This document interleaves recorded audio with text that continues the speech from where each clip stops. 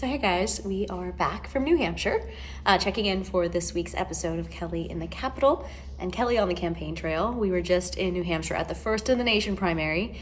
We were following the Trump campaign, so this podcast will be mostly a collection of interviews from folks that are in support of the former president and want to see him back in the White House again. So we arrived on Thursday. We went to a Trump rally in Concord on Friday where the lines wrapped around the parking lot and it was cold. That was probably our coldest day there. And we talked with some folks out there. So at the beginning of this interview or this pod, you'll hear an interview with a couple at a diner just before that rally, then some folks that were going to that rally, including Edward, who I think this was his 67th Trump rally, and he was going all weekend long. And then we, on Saturday, heard from Elise Stefanik, who was at Trump headquarters. So we got a question in there because over the course of this, former President Trump was also attacking Nikki Haley's name, using her birth name and misspelling it on his Truth Social. So we asked Elise Stefanik what she made of Trump going after his opponent's name. So we talked with her about that. Went to another rally for Trump on Saturday night in Manchester. And then on Sunday, we also interviewed Matt Gaetz, a strong, loyal supporter of former President Trump. He was there campaigning as a surrogate for Trump in New Hampshire. We also asked him about the endorsement that Nikki Haley got from the union leader. That generally picks presidents from New Hampshire. She got that endorsement, as well as DeSantis potentially dropping out of the race, because that was before, an hour or so before, Florida Governor Ron DeSantis did in fact drop out of the race, making it a very interesting Sunday. And then we heard from Trump on stage that night at a rally in Rochester where he talked about DeSantis, he referenced him, used his name, pronounced it correctly for the first time really ever in his campaign. So that really was an interesting addition to our Sunday reporting. Monday, we were at a vineyard where Don Jr. was campaigning on behalf of his dad because his dad had to go back to New York City for his courtroom appearance.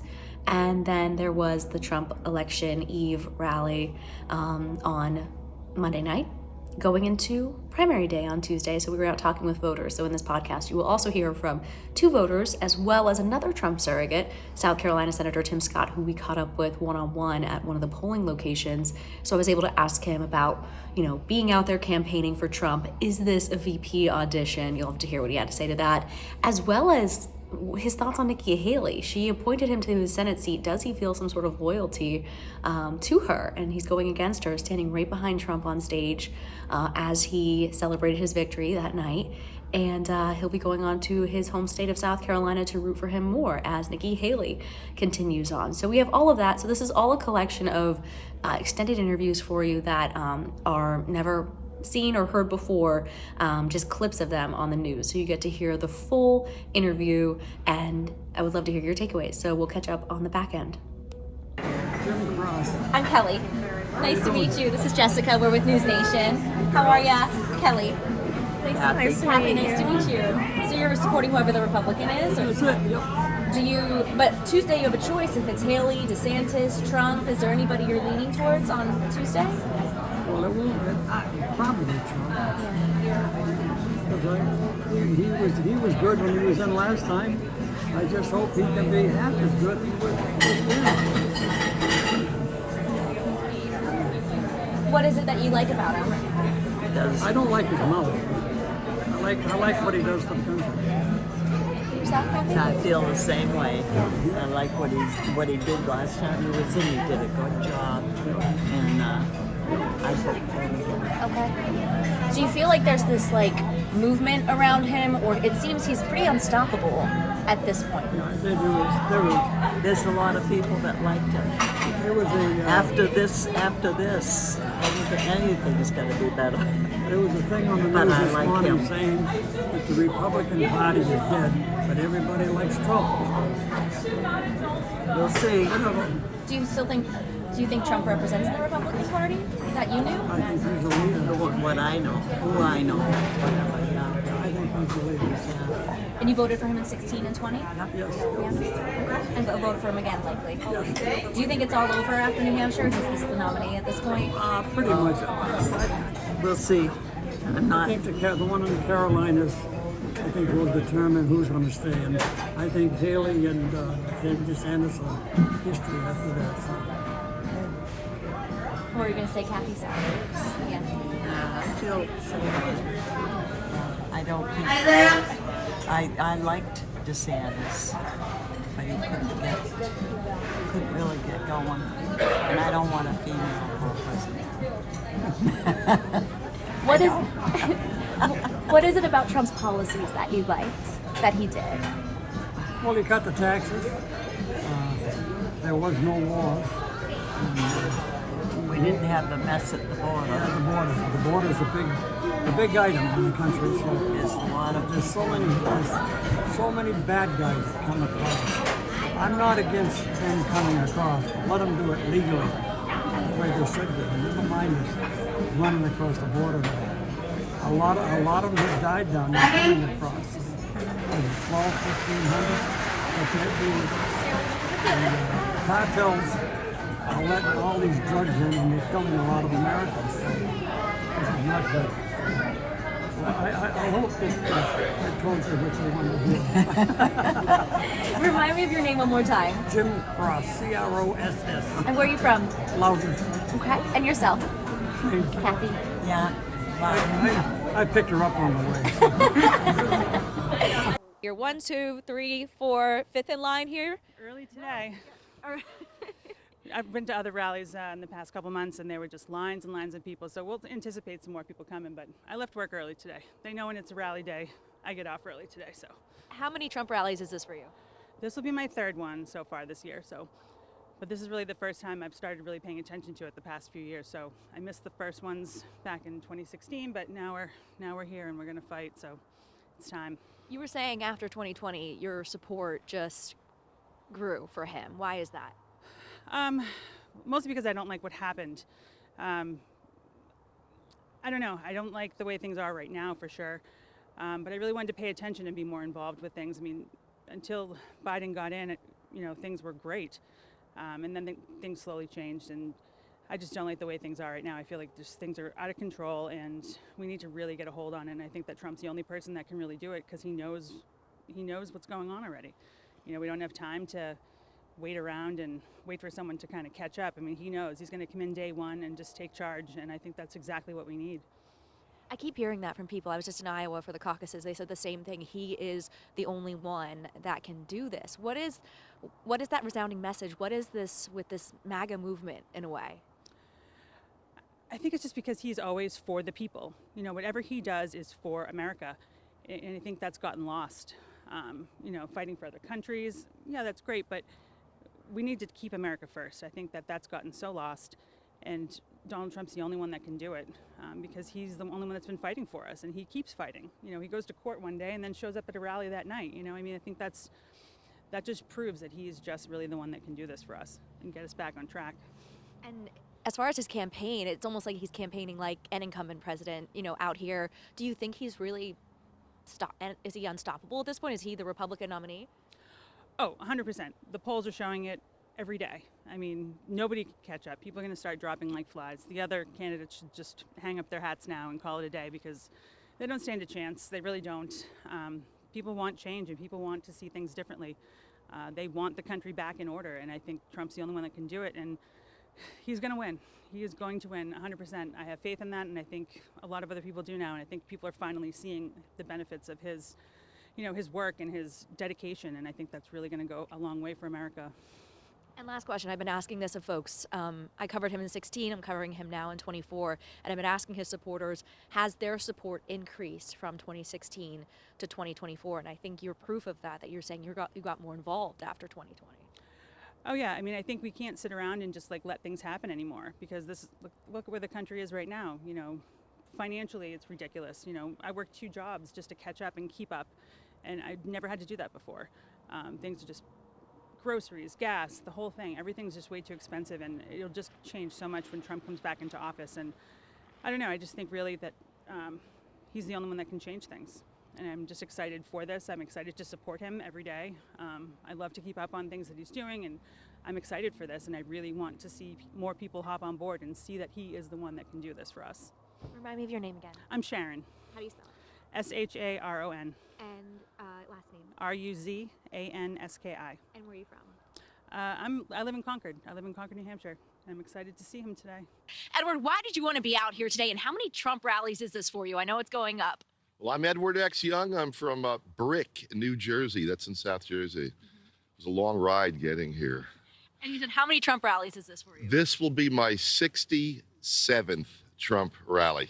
And you said you're from here originally? Yeah, I grew up in Manchester, New Hampshire, and after I graduated high school, my folks made the ill-conceived decision to move to New Jersey, where I've been trapped ever since. What made you want to come out to this rally today, or continue to go to now 67 rallies for Trump? There are 3 reasons why I came here. Number one, I mean, you can see all of us here, and more will come. There'll be thousands here. No offense, I don't think the mainstream media gives them a fair shake, and they try to silence us. And so the only way we can get the word out and show our support is to physically be here. And I think with the way he's being persecuted right now, I think he needs our support. And I'm supporting him because I truly believe this country is in danger of dying. I mean, we're not just in bad shape. A friend of mine who retired from a agency in Washington, D.C. once poetically told me, we have to remember, on Christmas Day of 1991, we woke up and the Soviet Union was no more. It was just gone. Nobody saw it coming. Don't think this great superpower can't disappear in an instant with the wrong people in charge, and the wrong people are in charge. And I don't believe any of there's maybe some fine conservative Republicans out there, some patriotic Americans. I don't believe anybody has the strength, that Donald Trump has. He's the only one with the courage to defy the tyranny of political correctness and the strength to stanch the flow of progressive liberalism. But there's a third reason. Third reason? This is a Trump rally is the greatest show on earth. Do you know how entertaining these are? I mean, and he's a one-man show. I mean, he just does it on his own. I mean, he's very, very funny. And to see it live, it's like being at a live sporting event. President Trump is our first rock star superhero president. I believe he's the real-life Tony Stark. We should just call him President Iron Man. What do you make of President Trump's attacks on Nikki Haley's name?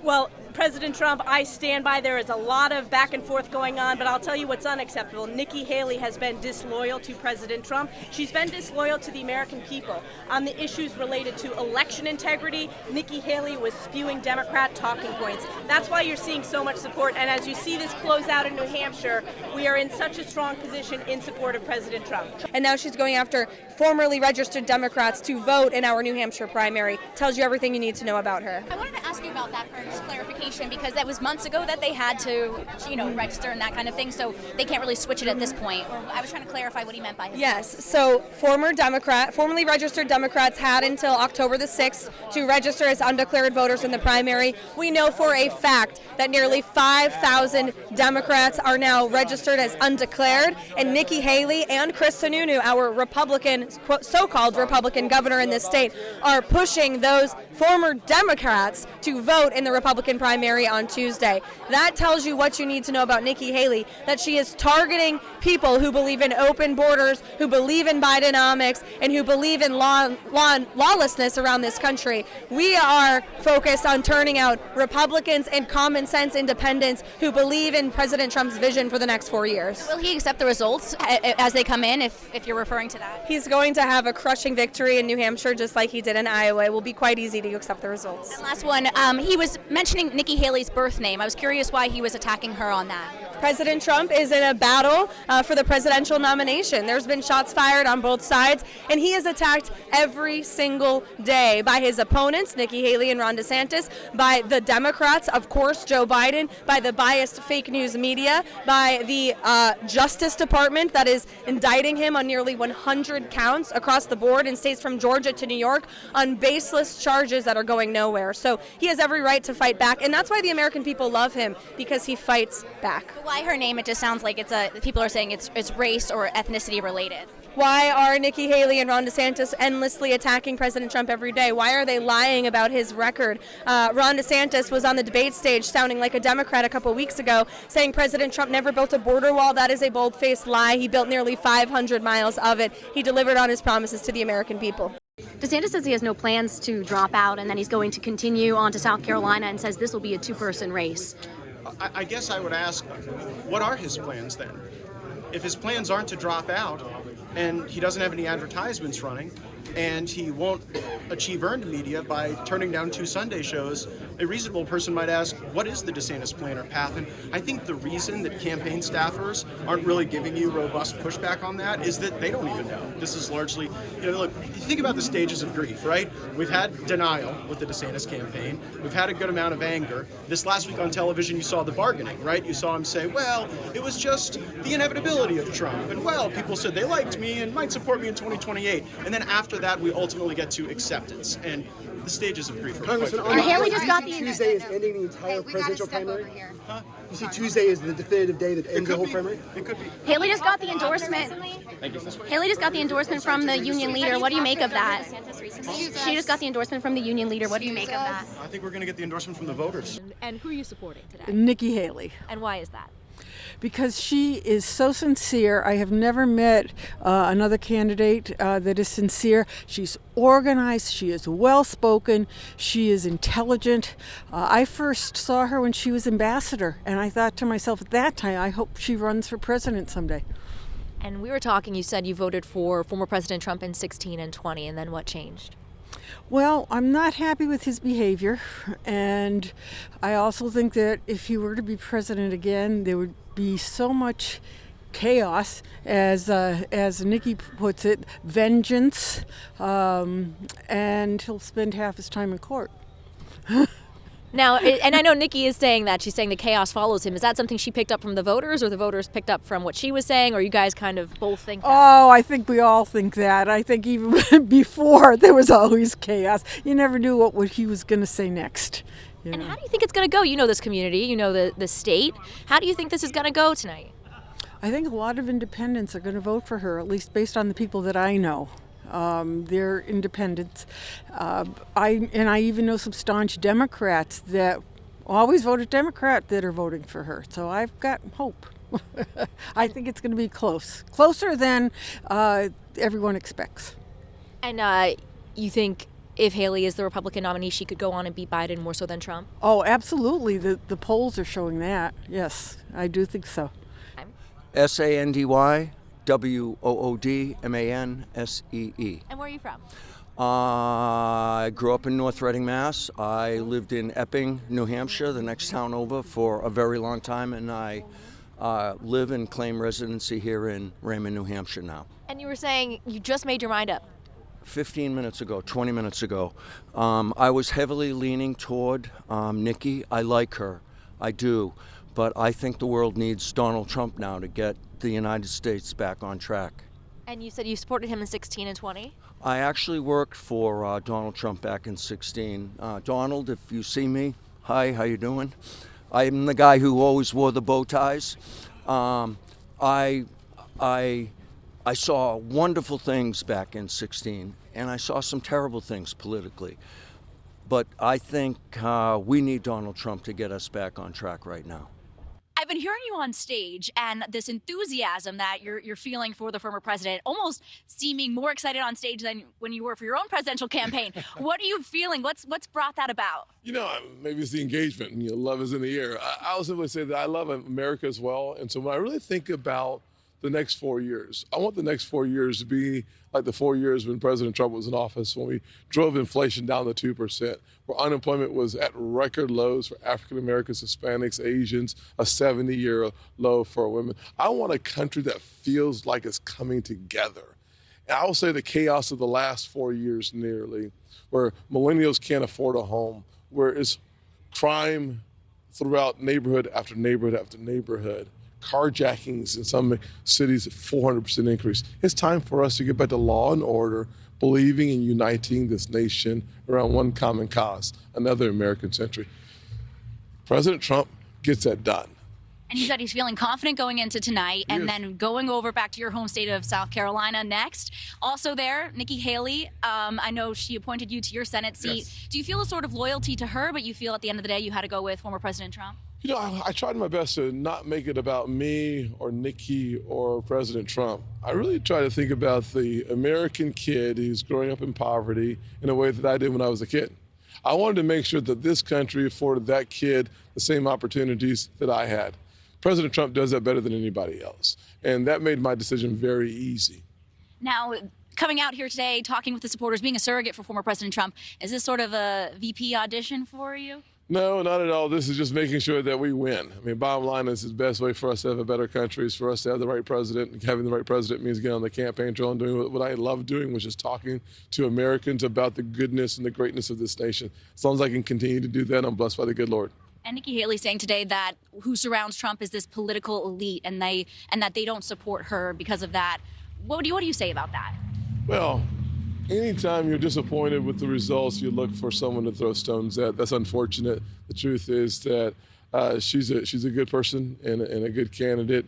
This is just Donald Trump's year. That's the bottom line. And I know we've been working together on Capitol Hill for the last almost decade now. What do you think is the change from 2016 to 2020 to 2024? Is that support for former President Donald Trump stronger than back then? I think it is. I mean, it's really clear to me that the former president has the kind of momentum that one would want in politics or in life. The bottom line is that his supporters are enthusiastic. If you listen to them from young 16, 17-year-olds to folks who are in their 80s, this nation it hungers for some constant projections of a better future. And that trajectory happens with President Trump in office. So I hope that provided some insight into the question I know we keep going back to: is the support for former President Trump just as strong now as it was back in 2016 when I first started covering him? And we're seeing a lot of senators that supported him in the past coming back around to him. We saw several former 2024 Republican candidates that were challenging him, now backing him. That includes North Dakota Governor Doug Burgum, Vivek Ramaswamy, the businessman, South Carolina Senator Tim Scott, and now Florida Governor Ron DeSantis. So now we wait. I will be back home here in DC for a little bit, the next couple weeks, and then we will be heading to South Carolina for the Republican primary at the end of February. So hopefully we'll have some more pods in between then, but leave your feedback and make sure to watch our newscasts on NewsNation. But for now, this is Kelly in the Capitol. Thank you for tuning in.